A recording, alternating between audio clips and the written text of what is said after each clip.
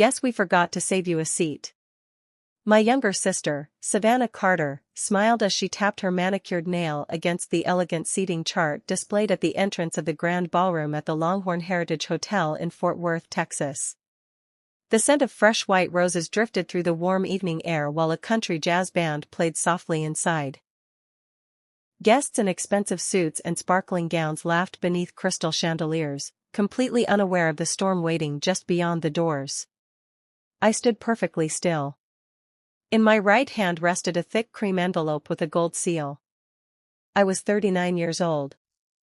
As the senior financial compliance manager for one of Texas's largest energy companies, I spent every day uncovering missing money, fraudulent invoices, and carefully hidden financial trails. My job required precision. Facts mattered more than feelings, yet somehow, I had failed to notice that my own family had been rewriting the truth for years. Mom walked toward me, smoothing the silk fabric of her emerald dress. "Honey," she said softly, using the same calm voice she always used before asking me to sacrifice something. "Why don't you head home? Savannah doesn't need unnecessary drama today." I didn't answer. Instead, I looked past her toward the ballroom where Savannah's fiancé, Cole Dawson, laughed with his groomsmen near an enormous ice sculpture shaped like a Texas longhorn. He looked genuinely happy. He had absolutely no idea the woman he was about to marry was still legally married to another man. My fingers tightened around the envelope. Savannah finally noticed. The smile slowly disappeared from her face. "What is that?" she asked. I smiled politely. "Just something I picked up at the county courthouse." For the first time that evening, genuine fear flashed across her eyes. Mom immediately stepped between us. "Rebecca," she whispered sharply. "Not today." I ignored her. "I actually came to congratulate you," I said calmly. Savannah forced a nervous laugh. "Then where's my wedding gift?" I glanced at the envelope. "It's inside." Before she could respond, the wedding coordinator hurried toward us carrying a digital tablet. "Ms. Carter," she said, slightly out of breath. "We're ready to process the remaining balance for the reception. We just need authorization for the final $18,000. Savannah didn't even look at her. "Rebecca is paying it." The coordinator smiled and held out the payment terminal. I looked directly at her. "I'm sorry," I said loud enough for everyone nearby to hear. "I won't be authorizing any payment tonight." The coordinator blinked. "I'm not the primary signer on the venue contract." Silence spread through the hallway. Savannah's confident expression cracked. "You can't do this," she whispered. I met her eyes without raising my voice.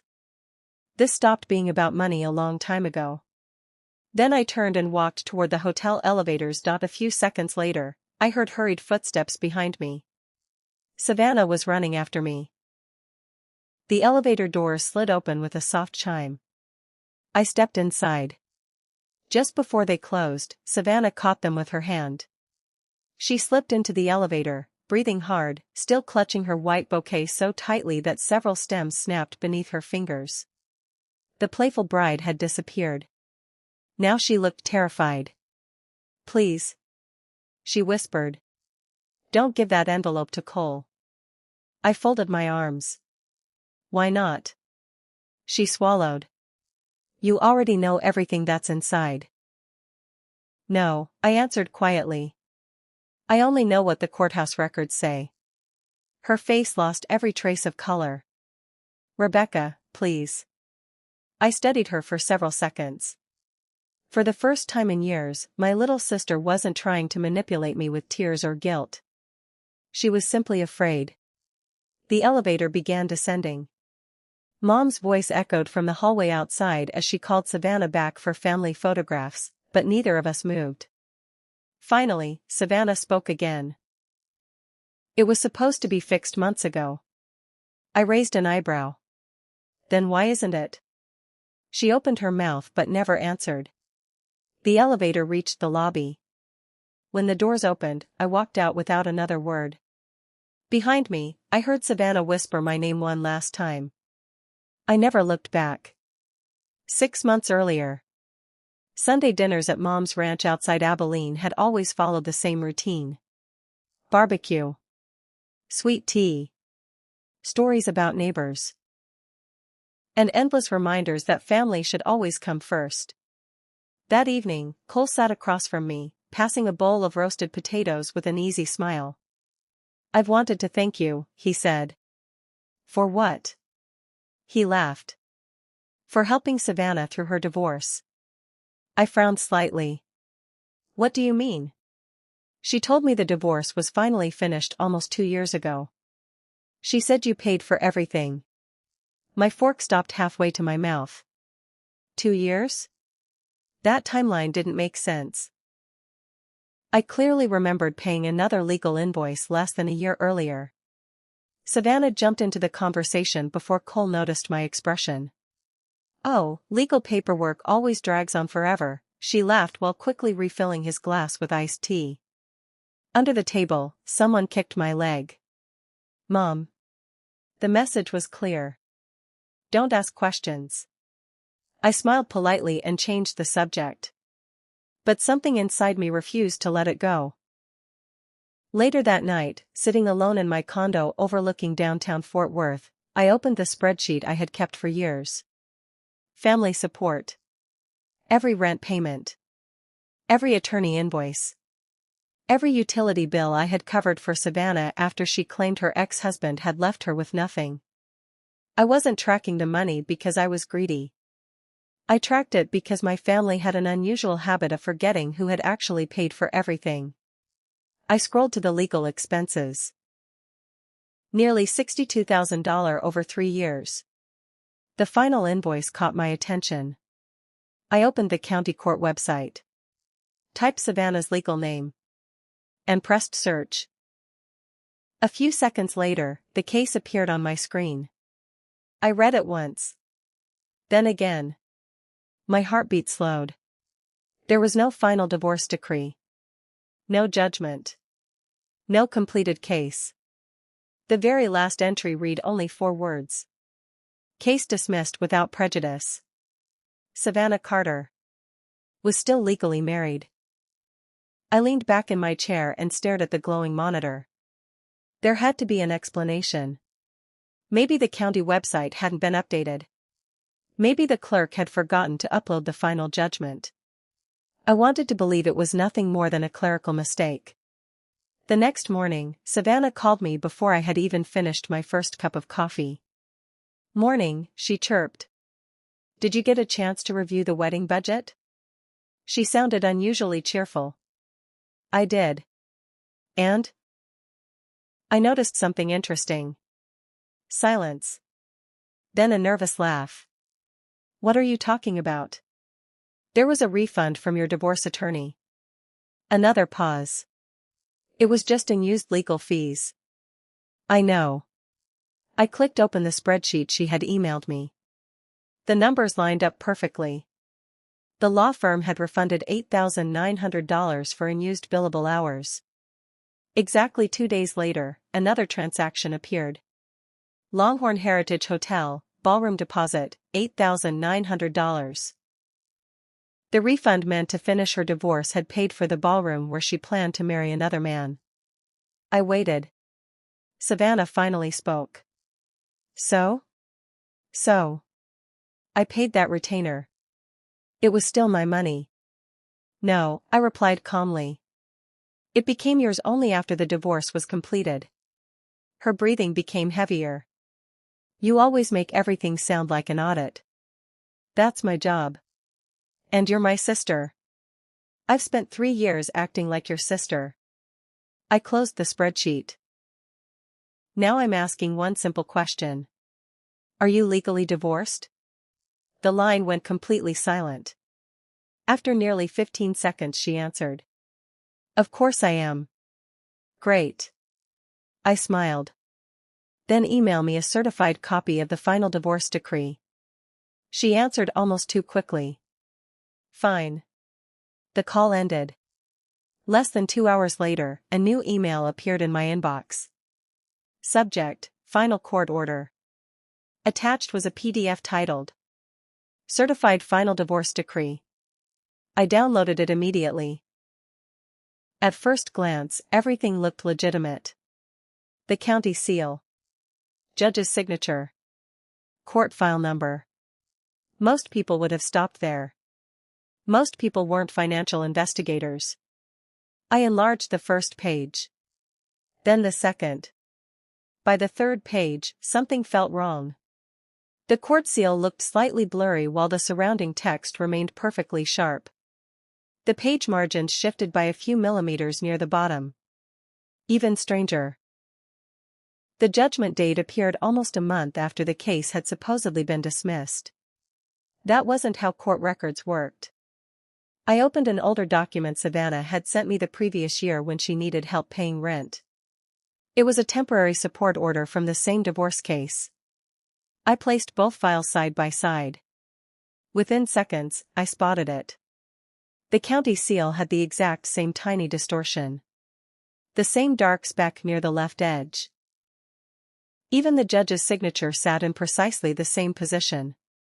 Someone had copied part of one document and placed it onto another. I didn't accuse Savannah. Not yet. Instead, I saved every file into a secure folder. Then I printed both documents. If I was right, this wasn't just a family lie anymore. It could become a criminal investigation. I didn't accuse Savannah. Not yet. Instead, I saved every file into a secure folder. Then I printed both documents. If I was right, this wasn't just a family lie anymore. It could become a criminal investigation. I didn't confront Savannah. Not yet. People who lie usually make mistakes when they believe they're safe. I intended to let her keep talking. The following afternoon, I met my college friend Emily Brooks at a quiet coffee shop across from the Tarrant County Courthouse. Emily had spent the last 12 years practicing civil law in Fort Worth. She listened without interrupting as I slid both documents across the table. The certified decree Savannah had emailed me. And the older temporary court order. Emily adjusted her glasses. She compared each page carefully before looking back at me. You see it too? I asked. She nodded slowly.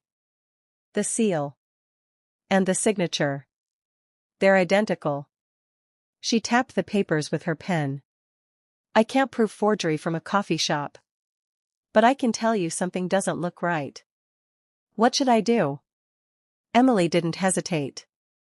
Go inside that courthouse. Request the official case record. Don't accuse your sister. Don't warn her. And don't post anything online. She leaned forward. Let the paper trail tell the story. 10 minutes later, I walked through the courthouse security checkpoint. The building smelled of polished wood and old paper. After paying a small processing fee, I requested the complete certified docket for Savannah Carter's divorce case. The court clerk disappeared for several minutes before returning with a stamped packet. I thanked him and carried it back across the street. Emily spread every document across the cafe table. Neither of us spoke. The certified court record was unmistakable. The divorce case had officially been dismissed 16 months earlier. There was no final judgment. No divorce decree. No record showing Savannah was legally free to marry. Emily exhaled slowly. If this document was altered. She looked directly into my eyes. Your sister didn't just lie to you. She used that lie to obtain money. A chill ran down my spine. For months I had blamed myself for being suspicious. Now I realized I hadn't been suspicious enough. That evening, I returned to my condo and opened my laptop. I removed my credit card from every wedding vendor account Savannah had asked me to manage. I canceled every automatic payment authorization connected to the reception. Then I changed the passwords to my online banking. For the first time in years, my finances belonged only to me. One task remained. I opened a blank email. Instead of accusing Savannah, I asked one simple question. Please confirm in writing that your divorce from Luke Carter has been legally finalized and that the attached document is the official certified final divorce decree. Once I receive your confirmation, I'll review the remaining wedding payment. I pressed send. Exactly 12 minutes later, her reply arrived. It contained only one sentence. Yes. I'm legally divorced. The attached decree is official. Please send the payment today so we can finalize the wedding. I read it twice. Then I printed the email. Savannah had no idea she had just handed me the strongest piece of evidence I could ever ask for. 3 days later, Emily called just before lunch. I heard back from Luke's attorney. I stopped typing and closed my office door. What did they say? They sent copies of the settlement proposal and several emails. Rebecca. Her voice grew quieter. You need to see this yourself. That evening, I met Emily in her office downtown. A thick folder waited on the conference table. Across the cover were the words, Carter versus Carter. Emily opened the file and slid the first document toward me. It was an email from Luke Carter to Savannah, dated 16 months earlier. We are still legally married until the judge signs the final decree. Please submit your financial disclosures so the case can move forward. Below it was Savannah's reply. I know. I'll handle it. I stared at the screen. There was no confusion. No misunderstanding. She had known the truth all along. Emily handed me another document. This explains why the case was dismissed. According to the court records, Luke had already signed the settlement agreement. He wanted the divorce finalized. Savannah was the one who never completed the required financial disclosures. After months of waiting, the judge dismissed the case. I looked up. So, she stopped the divorce? Emily nodded. It appears she did. Why? She opened another page. This.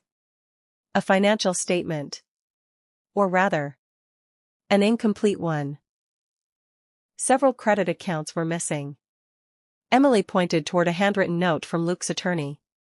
Our investigation found additional debts that were never disclosed. My stomach tightened. How much? Emily turned another page. Nearly $91,000. Credit cards. Personal loans. Store financing. Some accounts had been opened years earlier.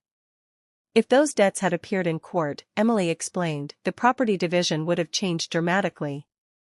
I leaned back in my chair. Savannah hadn't delayed the divorce by accident. She had protected herself. And then she had convinced everyone else, including Cole, that she was already free to remarry. Driving home that night, I couldn't stop thinking about Cole. He wasn't part of this deception. He believed he was building a future with an honest woman.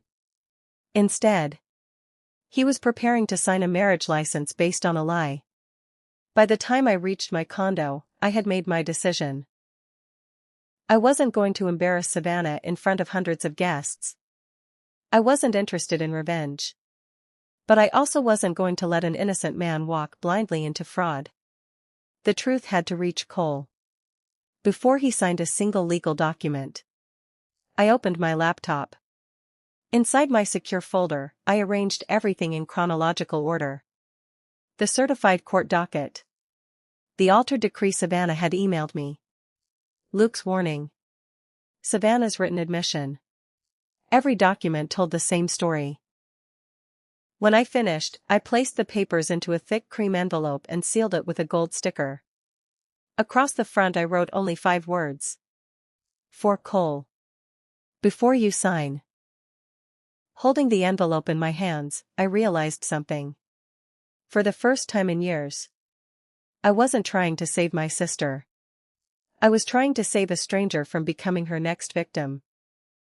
The next morning, I sent Cole a short email. Hi, Cole. I'd like to meet with you privately before the ceremony.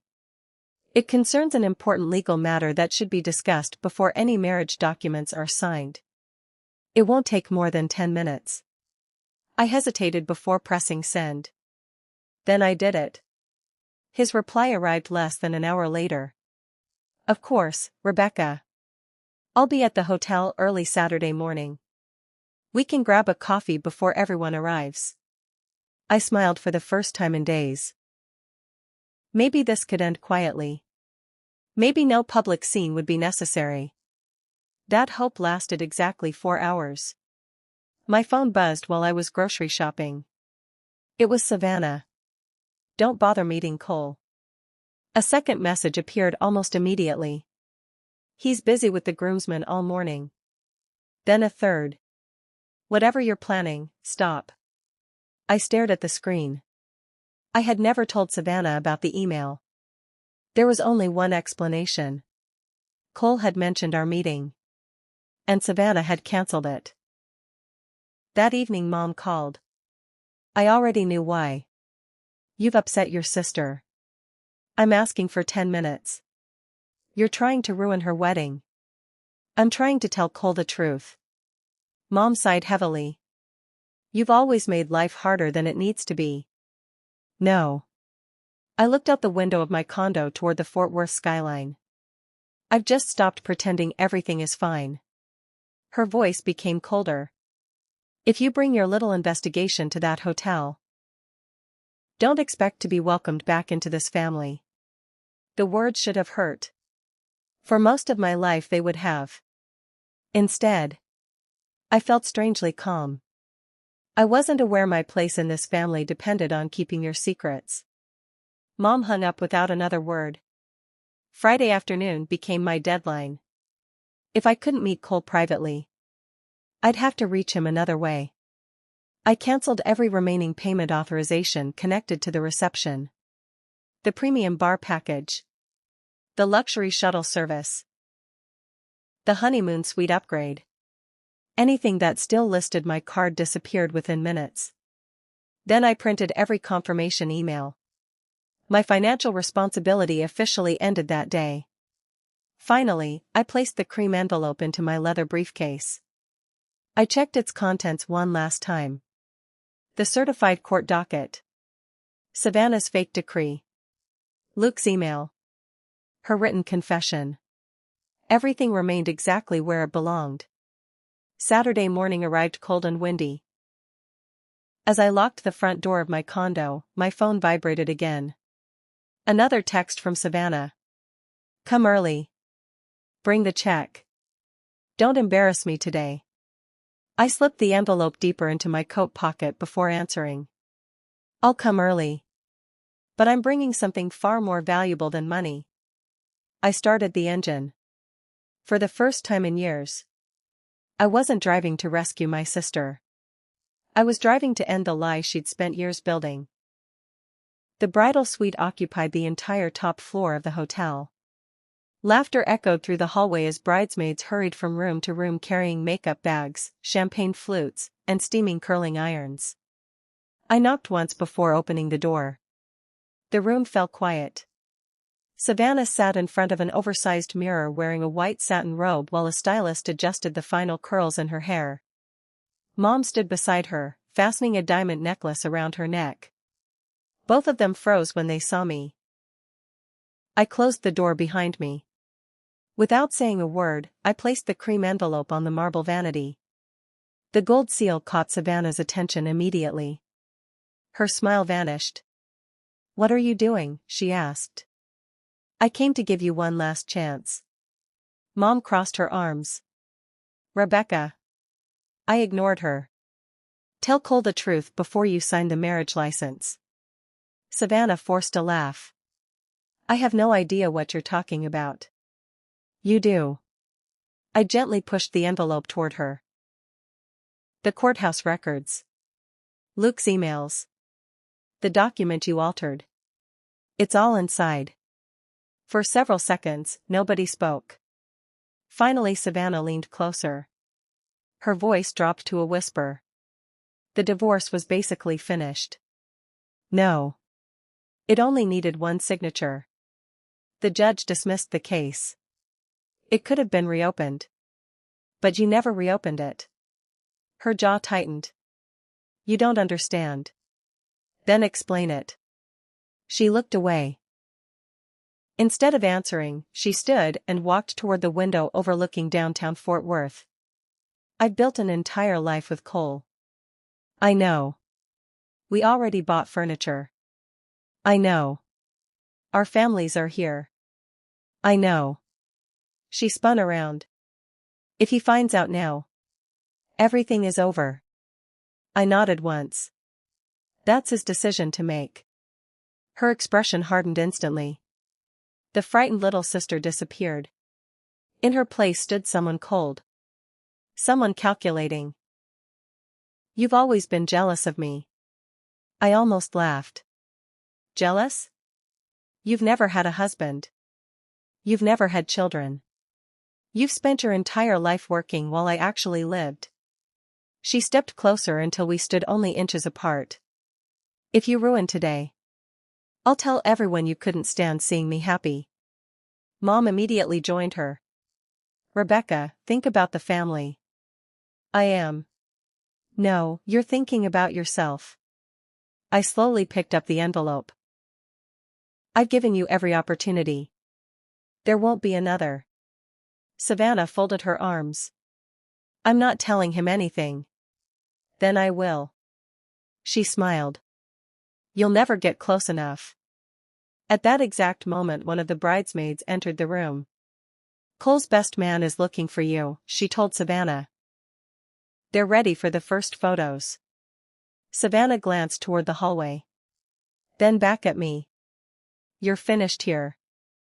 I slipped the envelope back inside my coat. Without another word, I walked out. As the suite door closed behind me, I realized something. I no longer needed Savannah's permission. If I couldn't reach the groom, I'd reach the one man who would never leave his side. Nathan. The best man.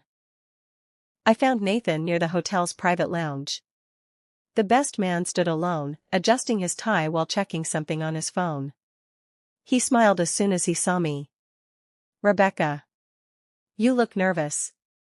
He laughed. I think I'm more nervous than the groom. I need a favor. His smile faded slightly. What kind of favor? I held up the cream envelope. It's for Cole. Nathan reached for it but stopped. What's inside? Documents. Important ones. They need to reach him before he signs the marriage license. Nathan studied my face for a long moment. I've known you for almost a year, he said. I've never seen you this serious. You don't have to read it. You don't even have to ask questions. I only need you to promise me one thing. What's that? Make sure Cole opens this before signing anything. Nathan nodded. I can do that. I handed him the envelope. As his fingers closed around it, a strange sense of relief settled over me. The truth was finally moving toward the one person who deserved to know it. Thank you. He slipped the envelope inside his suit jacket. I'll give it to him personally. I smiled. That's all I needed. A few minutes later, I walked toward the ballroom. Guests were already gathering for cocktail hour. Country music floated through the hallway while servers carried silver trays filled with champagne. Near the entrance stood a large framed seating chart decorated with white roses. People gathered around it, searching for their names. I stepped closer. My eyes moved slowly down the list. Family. Friends. Business partners.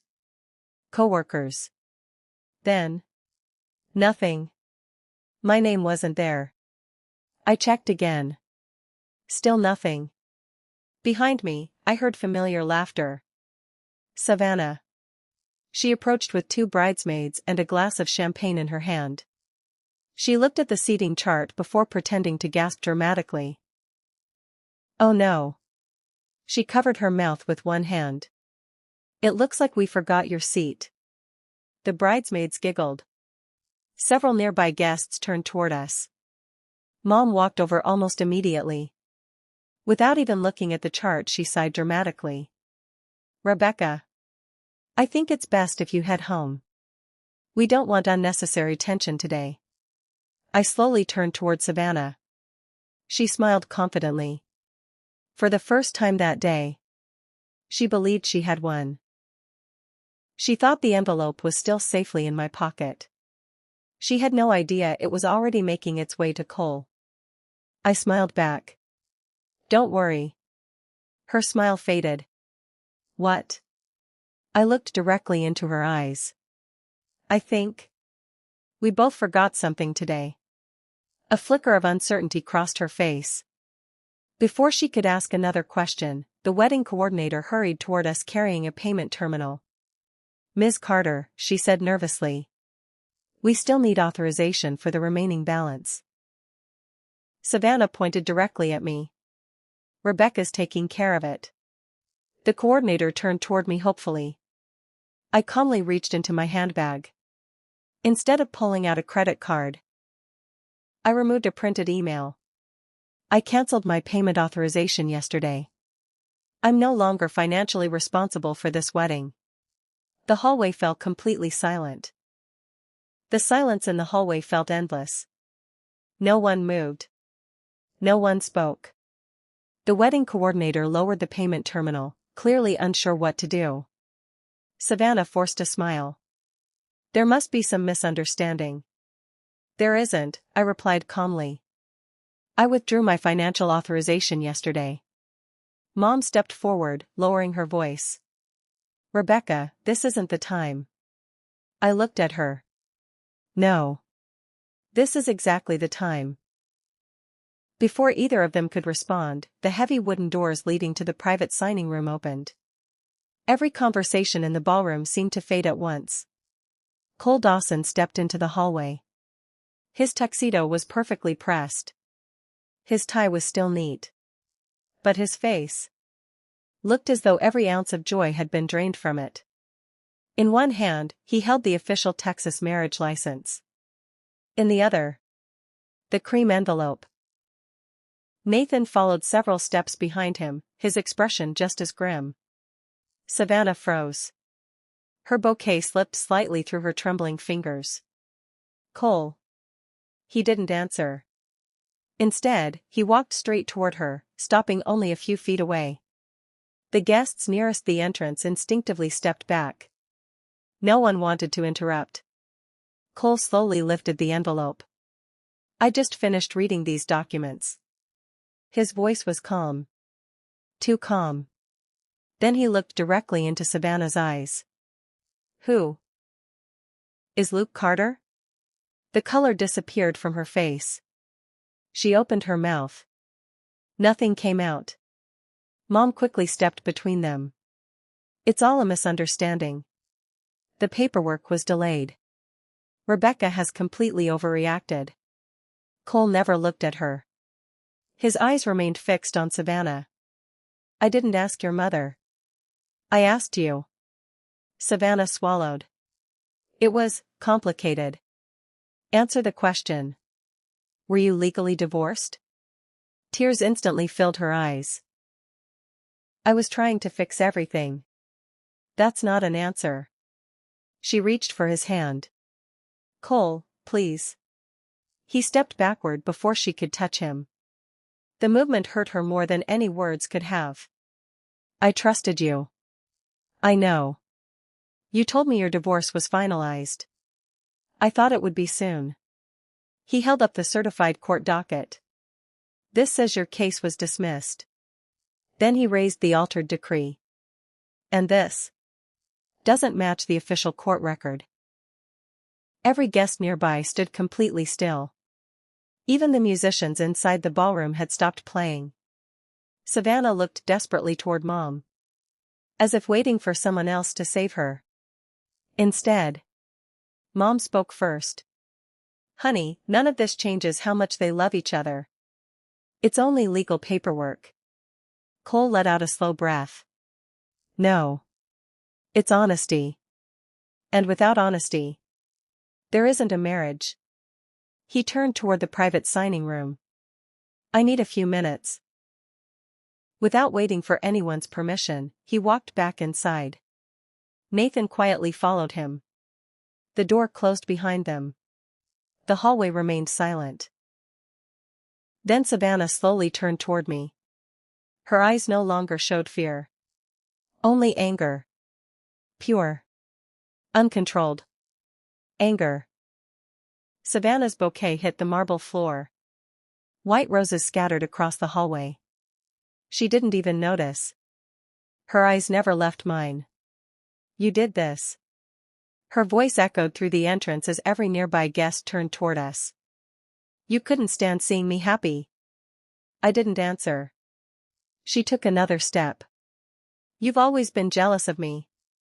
Mom rushed to her side, gently holding her arm. Sweetheart. No. Savannah shouted, pulling away. She planned this. She waited until today to humiliate me. Several guests exchanged uncomfortable glances. Others quietly stepped farther away. No one wanted to be caught in the middle. I looked at my sister calmly. I gave you 3 chances to tell him yourself. You never wanted the truth. I wanted honesty. You wanted to destroy my life. I shook my head. No. You destroyed it the moment you chose to lie. Her breathing became uneven. You've spent your whole life acting like you're better than everyone. You think because you make more money. Because you're successful. You get to judge me. I never judged you.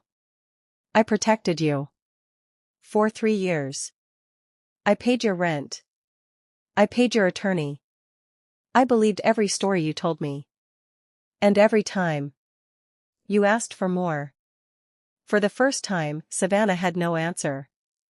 Only tears. Real ones. At that moment, the door to the private signing room opened again. Cole stepped into the hallway with his phone pressed against his ear. He barely looked at anyone. I understand, he said quietly into the phone. Thank you. I'll wait for your advice. He ended the call. Nathan followed closely behind him. What happened? Mom asked immediately. Cole slipped his phone back into his pocket. I spoke with my attorney. The words landed like a hammer. He reviewed photographs of every document. Savannah stopped crying. Hope flashed across her face. So everything's fine? Cole looked at her with a sadness that hurt more than anger. No. My attorney advised me not to sign anything. The hallway became silent once again. Just then, the officiant approached from the ceremony area. An older man wearing a black suit and carrying the marriage license folder. I've been informed there may be a legal issue, he said respectfully. Cole handed him the certified court docket. The officiant adjusted his glasses and carefully read the first page. His expression changed almost immediately. He closed the folder containing the marriage license. I'm sorry, he said calmly. But I cannot legally perform this marriage until the bride's legal status is verified. Savannah stared at him in disbelief. What? If there is reasonable doubt regarding an existing marriage, I cannot continue. Mom stepped forward. It's only paperwork. The divorce is basically finished. The officiant shook his head. Basically finished. And legally finalized. Are not the same thing. He tucked the unsigned marriage license into his leather folder. As of this moment, the ceremony is suspended. The words echoed through the hotel lobby. Suspended. Not delayed. Not postponed. Suspended. Around us, whispers spread rapidly through the crowd. Guests pulled out their phones. Bridesmaids stood frozen. The band inside the ballroom slowly stopped playing. The celebration that had taken more than a year to plan was beginning to fall apart. No one spoke. The silence was finally broken by the wedding coordinator, Melissa Grant, who approached cautiously with her tablet pressed against her chest. I'm very sorry to interrupt, she said, looking from Cole to Savannah. But I need to know how you'd like to proceed. Cole answered before Savannah could. There won't be a wedding. The words landed harder than anyone expected. Several guests gasped. One of the bridesmaids quietly covered her mouth. Savannah shook her head.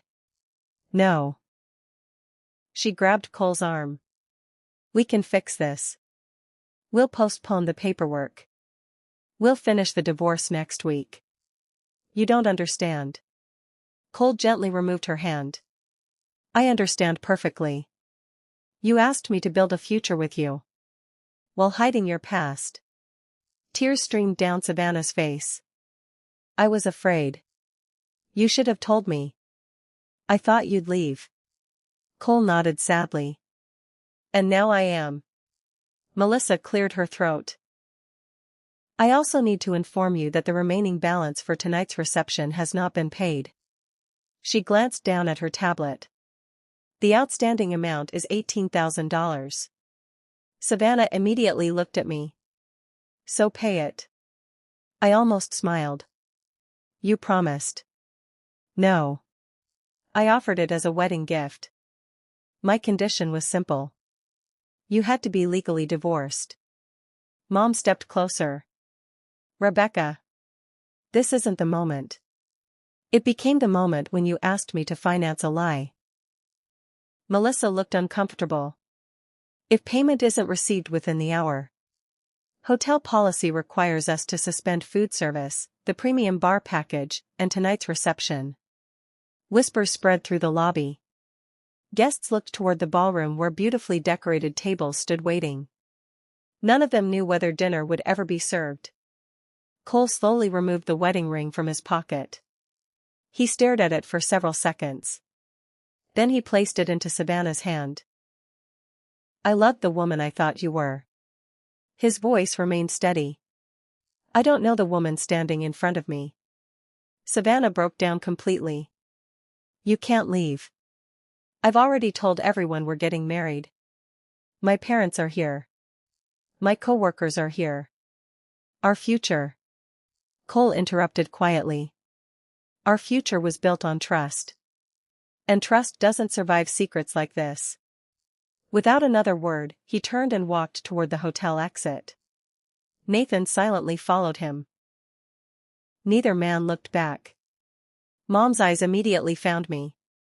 This is your fault. I met her gaze without hesitation. No. This is the consequence of years of lies.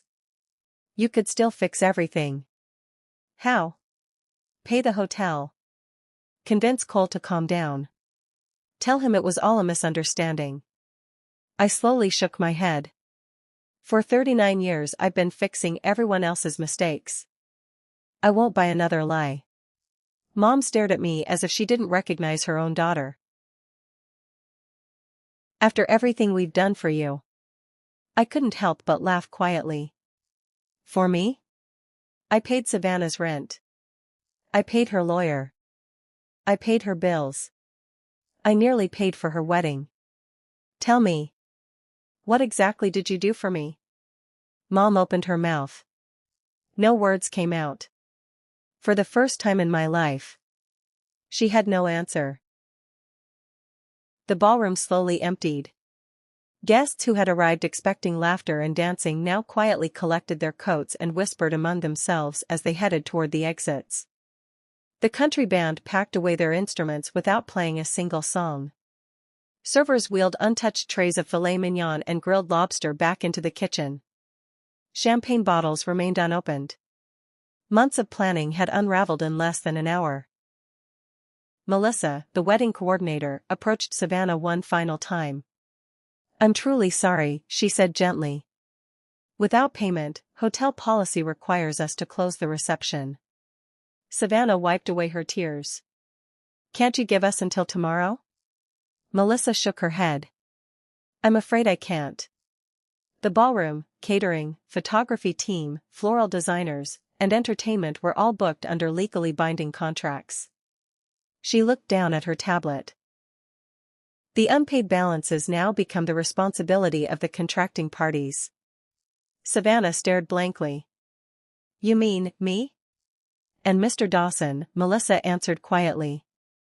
Unless another payer voluntarily assumes the obligation. For a brief moment, everyone looked at me. I remained silent. Melissa nodded politely before walking away to begin canceling the evening's remaining services. One by one, the lights inside the ballroom began to dim. Outside, the Texas sun was already sinking behind the Fort Worth skyline. I crossed the hotel lobby and pushed through the revolving doors. The warm evening breeze felt strangely peaceful. For the first time in years, I wasn't carrying someone else's burden. I reached my car and unlocked the driver's door. "Rebecca." I stopped. Savannah came running across the parking lot, barefoot now, holding the bottom of her wedding dress to keep from tripping. Mascara streaked her face. Her expensive hairstyle had begun to fall apart. She no longer looked like a bride. She looked exhausted. "Please." She struggled to catch her breath. "Don't leave." I waited quietly. She stood in front of me, tears filling her eyes again. "I'll fix everything. I'll reopen the divorce case. I'll tell Cole the truth. I'll do whatever you want." She grabbed my hands. "Just, please. Call him. Tell him this was all a misunderstanding. And help me pay the hotel. I'll pay you back." I gently pulled my hands away. "No." Her shoulders collapsed. "You can't abandon me." I looked at her for several seconds. Then I asked the only question that mattered. "When were you planning to tell Cole?" She lowered her eyes. No answer. "After the honeymoon?" Silence. "After buying a house together?" Nothing. "After having children?" A tear rolled down her cheek. Finally, barely above a whisper, she admitted. "I don't know." I nodded slowly. That's exactly why I couldn't stay silent. She began crying harder. "I never wanted this to happen." "No," I said softly. "You just wanted the truth to stay hidden long enough that no one could walk away." She covered her face with both hands. For the first time, she didn't argue. Because she knew I was right. I opened my car door. Before getting inside, I looked at her one last time. "I truly hope you finish your divorce. And I hope one day you earn someone's trust again. But neither of those things can begin until you stop lying." I got into the car. As I drove away, I watched Savannah grow smaller in the rearview mirror. She remained standing alone in the hotel parking lot, still wearing the wedding dress. For a marriage that never happened. For the first 2 weeks after the cancelled wedding, I heard almost nothing. Mom stopped calling. Savannah never texted. Even our family group chat went completely silent. It was strange. For years, my phone had been filled with requests for advice, money, or favors. Now, nothing. I wasn't sure whether to feel relieved or sad. Maybe a little of both. I threw myself back into work. Quarter-end audits left little time to think about family drama. Numbers were predictable. People weren't. 3 weeks later, my office phone rang. The caller ID displayed an unfamiliar number. Rebecca Hayes. "Hi." There was a brief pause. "It's Cole." I leaned back in my chair. "I wasn't sure you'd answer." I almost didn't. His voice sounded different. Quieter. Older somehow. "I wanted to thank you." "You don't need to." "I do. If you hadn't stopped that wedding." He exhaled slowly. "I'd probably be discovering the truth after buying a house together." Neither of us spoke for several seconds. Finally I asked. "How are you holding up?" "I've had better weeks." "I can imagine." He laughed softly. "Honestly? I think I'm still in shock." "So am I." Then his tone became serious. "Rebecca. There's something else." "What is it?" After everything happened, I started reviewing some of the financial information Savannah had shared with me. My stomach tightened. What kind of information? The business investment. I frowned. What investment? Cole sounded surprised. You didn't know? No. He sighed. She told me you were both investing in a boutique horse ranch outside Weatherford. I blinked. What? She said you'd already committed $200,000. I stood up so quickly that my chair rolled backward. I never invested in any ranch. That's what I thought. There was another pause. I contacted the real estate broker. And? There was never any joint purchase. My pulse quickened. Then where did the money go? That's the problem. It never existed. Savannah had apparently shown Cole professionally designed financial statements, bank balance summaries, investment projections, even what looked like confirmation letters from a private lender. Every single document was fake. I've already turned everything over to my attorney, Cole continued. He believes there may be multiple cases of document fraud. I slowly sat back down. The fake divorce decree hadn't been the only forged document. It had simply been the first one I discovered. Then Cole said something I never expected. My attorney wants to meet with you. Why me? Because nearly every document references money you supposedly provided. I closed my eyes.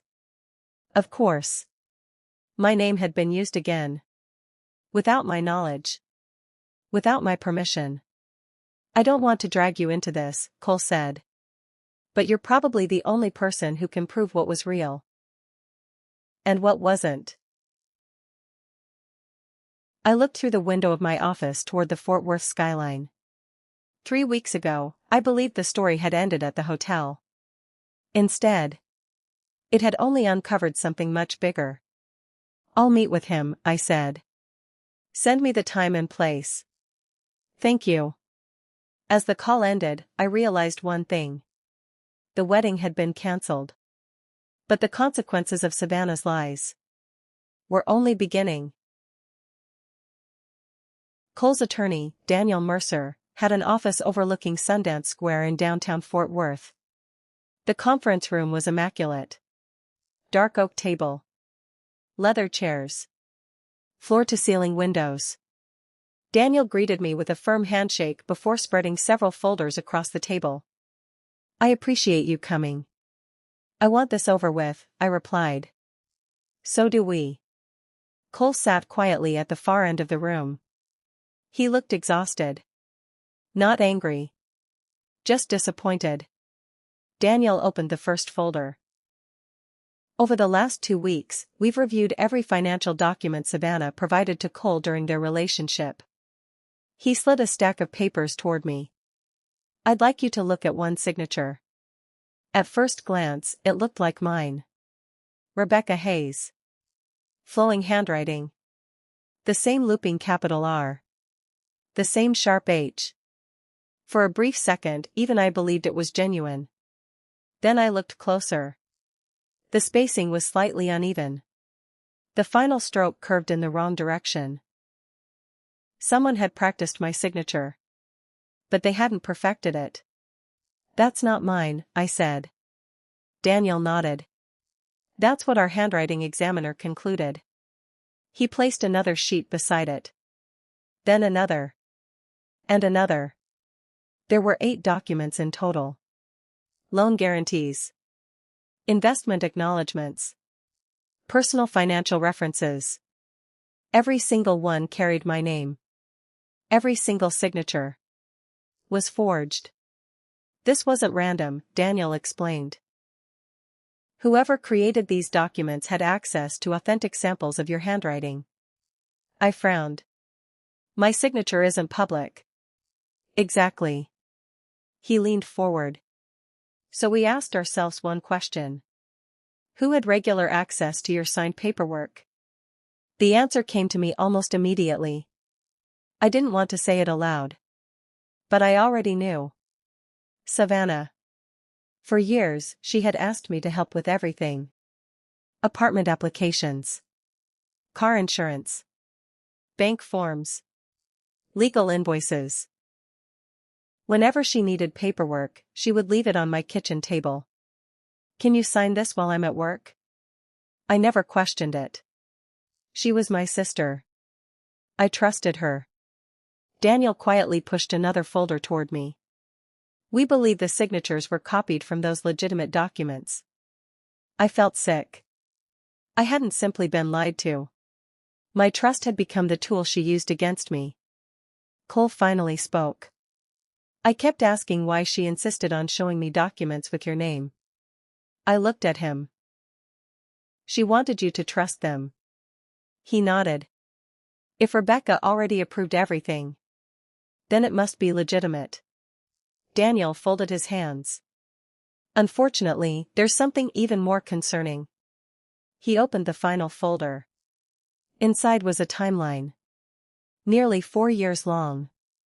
Every forged document. Every fake financial statement. Every altered record. Each one connected to another. This wasn't a desperate mistake made before a wedding. It was a pattern. A carefully maintained system. Daniel looked directly at me. "We've confirmed that at least 3 financial institutions received forged documents bearing your name." I felt my stomach tighten. "Did anyone lose money?" He hesitated. "Not yet. But legally." He paused. "Your identity appears to have been used without your authorization." Silence filled the room. Then Daniel said the words I had been dreading. "Rebecca. I believe this has become a criminal matter." For several seconds, no one spoke. Finally, I took a slow breath. "If that's true, then hiding it would make me part of it." Daniel nodded once. "Exactly." And in that moment, I understood that protecting my sister was no longer an act of love. It would become an act of complicity. I barely slept that night. Every time I closed my eyes, I saw another document bearing my forged signature. For years, I had believed I was protecting my sister. Instead, I had unknowingly become part of the image she presented to everyone else. By Monday morning, I knew exactly what I had to do.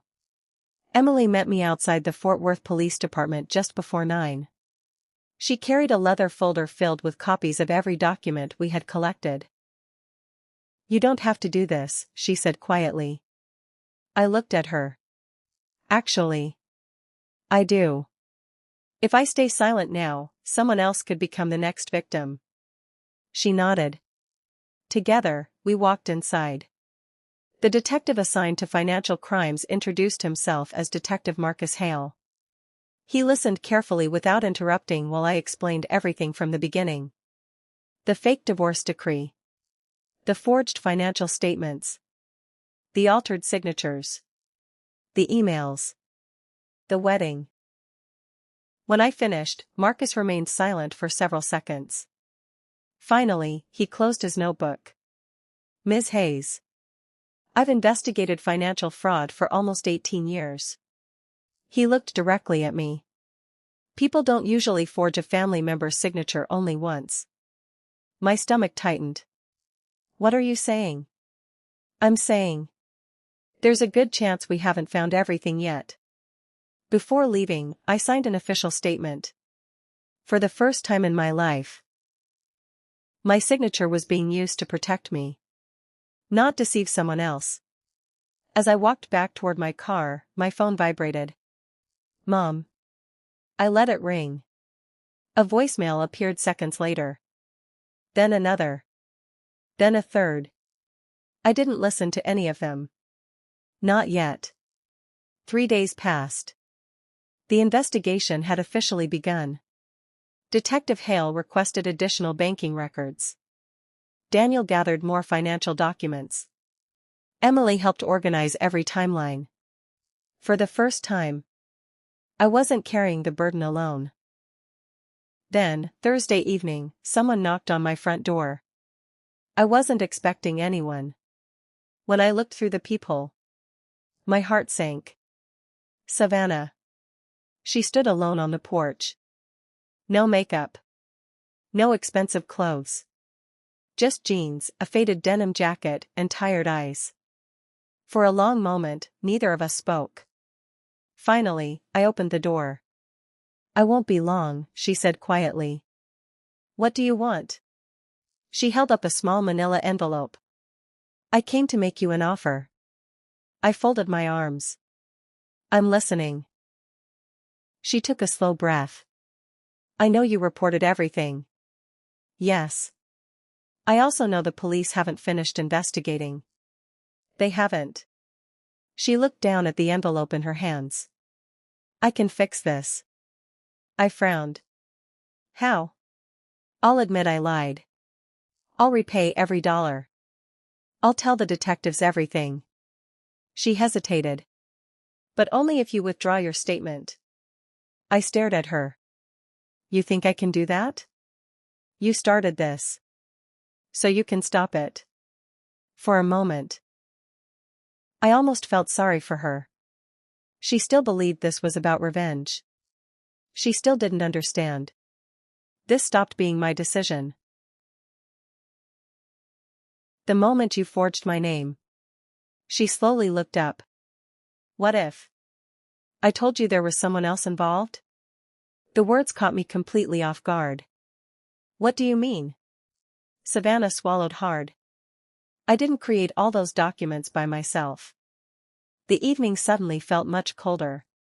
For the first time, I wondered if my sister had been hiding something even bigger than the lies I'd already uncovered.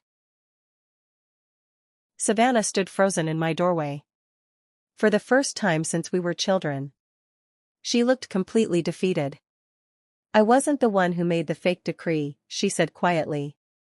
I didn't respond. She continued before I could interrupt. "I met someone almost 2 years ago." "Who?" "A man named Victor Sloan." The name meant nothing to me. He said he worked with legal documents. He told me he could fix paperwork that people had messed up. I folded my arms. "And you believed him?" I didn't know what else to do. She looked down at the envelope still clutched in her hands. My debts were growing. I knew Cole would leave if he found out I was still married. So I asked Victor for help. "He created the decree?" She nodded. "He said no one would ever check. He made it look real." "And the financial statements?" "He did those too." I stared at her. "You still chose to use them." Tears filled her eyes. "Yes." There it was. Not another excuse. Not another attempt to blame someone else. Just one quiet word. "Yes." The next morning I called Detective Hale. He listened carefully as I repeated everything Savannah had told me. When I finished, he asked only one question. "Did she give you a last name?" "Victor Sloan." There was silence on the line. Longer than I expected. Finally he spoke. "Don't contact him." "I wasn't planning to." "Good." His voice became more serious. "We've heard that name before."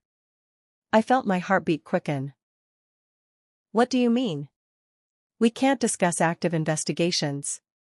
But let's just say, your sister may not have been his only client." 2 days later, Detective Hale called again. "We located Victor." "So that's it?" "Not exactly." He admitted preparing templates. But he also provided emails. "What kind of emails?" "The kind that matter." According to the detective, Victor had repeatedly warned Savannah that he couldn't create legitimate court orders. He had only supplied editable templates. Every email ended with nearly the same sentence. "You are responsible for how these documents are used." Detective Hale paused. "Rebecca. Your sister approved every final version herself." I closed my eyes. Some part of me had hoped someone else had pushed her into this. Instead, every important decision had been hers. That evening Savannah called. I heard the police found Victor. They did. So. Is there anything I can do? I thought carefully before answering. Yes. She sounded hopeful. What? Tell the truth. To everyone. No more excuses. No more blaming other people. No more pretending. She remained silent. Then she quietly asked, "Do you think Cole will ever forgive me?" I looked out the window as the Texas sunset painted the sky orange. I honestly don't know. But forgiveness always comes after honesty. And honesty is something only you can choose. She didn't reply. A few seconds later, the call ended, for the first time since the wedding. I believed the story was finally approaching its end. 4 months later. Spring had returned to Texas.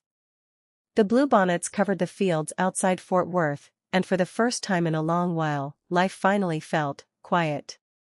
I had almost forgotten what peace sounded like. No frantic phone calls. No emergency bank transfers. No last-minute crises that somehow became my responsibility. Just work, weekends at my small horse ranch outside the city, and evenings that belonged to me again. One Friday afternoon, Detective Hale called. "This is probably the last time we'll speak professionally," he said. I smiled.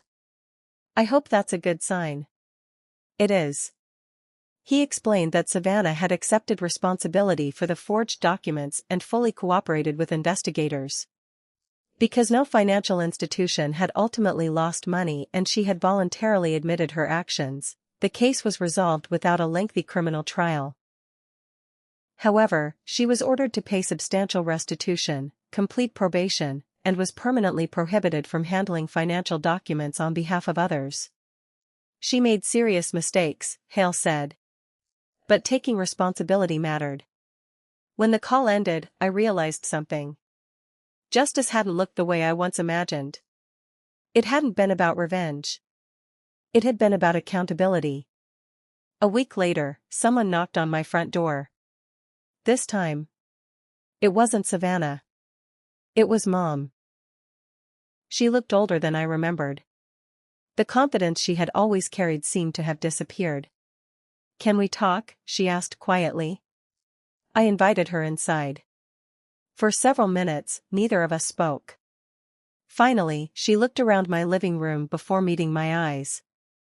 "I owe you an apology." I remained silent. "I kept asking you to protect Savannah. I told myself I was keeping the family together." A tear rolled down her cheek. "But the truth is, I was asking the wrong daughter to carry the weight." She took a shaky breath. "I expected you to fix every problem because I knew you always would." I looked down at my coffee cup. "Do you know what hurt the most?" She slowly shook her head. "You never once asked who was protecting me." Mom covered her face as she began to cry. "I'm so sorry, Rebecca. I should have seen it years ago." For the first time in decades, I believed she truly meant it. I reached across the table and gently took her hand. "I can't change the past." She nodded through her tears. "I know. But maybe we can stop repeating it." She squeezed my hand tightly. "I'd like that." As she left an hour later, I stood on the porch watching her drive away. The pain wasn't gone. Some wounds never disappear completely. But for the first time, healing finally felt possible. 6 months later. I was walking through the Fort Worth stockyards on a warm Saturday afternoon when I heard a familiar voice behind me. "Rebecca?" I turned around. "Cole." He looked different. Healthier. The constant tension I'd seen on his face was gone. He smiled. "This is unexpected." "It really is." We decided to grab coffee at a small cafe overlooking the old brick streets where tourists watched longhorn cattle being driven through town. For a while, we talked about ordinary things. Work. Life. Texas weather. Neither of us mentioned the wedding. Finally, Cole broke the silence. I heard Savannah moved to Oklahoma. I nodded. She wanted a fresh start. How is she? I thought for a moment before answering. She's working. Paying off her debts. Going to counseling. And, for the first time in her life, she's taking responsibility instead of asking someone else to. Cole smiled faintly. I hope she finds peace. So do I. He stirred his coffee thoughtfully. And your mom? She's doing better. We're rebuilding our relationship. It's slow. But it's honest. He nodded. Sometimes honesty takes longer than forgiveness. I smiled. I think you're right. As we stood to leave, Cole looked at me one last time. You know, I used to think you ruined my wedding. I laughed softly. So did your guests. He smiled. But now I realize. You saved me from a marriage that would have been built on lies. I didn't know what to say. So I simply replied. I'm glad you found out before it was too late. He extended his hand. Thank you. Instead of shaking it, I gave him a brief hug. Then we walked in opposite directions. Neither of us looked back. That evening, I returned to my ranch just outside Fort Worth. The sun was setting over the open fields. My horses wandered quietly across the pasture while the warm Texas wind carried the scent of fresh grass. I sat on the wooden fence, watching the sky turn shades of orange and gold. For years, I believed love meant fixing every problem. Paying every bill. Making every sacrifice. Keeping every secret. I was wrong. Real love doesn't protect people from the consequences of their choices. It gives them the opportunity to become better because of those consequences. Sometimes the kindest thing you can do is stop rescuing someone who refuses to stop hurting themselves. And sometimes, the hardest person you'll ever have to save is yourself. I looked across the peaceful Texas horizon and smiled. Not because everything had turned out perfectly. It hadn't. Some relationships would never be the same. Some scars would always remain. But for the first time in many years, I felt free. If this story taught me anything, it's this. Never confuse love with enabling. The people who truly love you will respect your honesty, even when it hurts. And if telling the truth costs you someone's approval, it may be the price of finally finding your peace.